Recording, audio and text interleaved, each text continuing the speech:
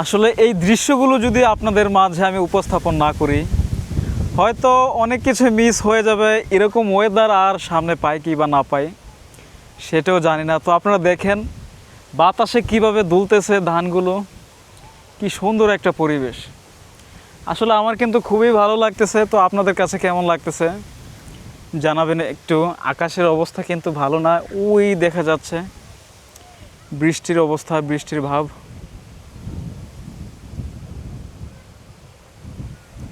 বাতাসে কিন্তু ধান দুলতেছে, প্রচুর পরিমাণে দুলতেছে।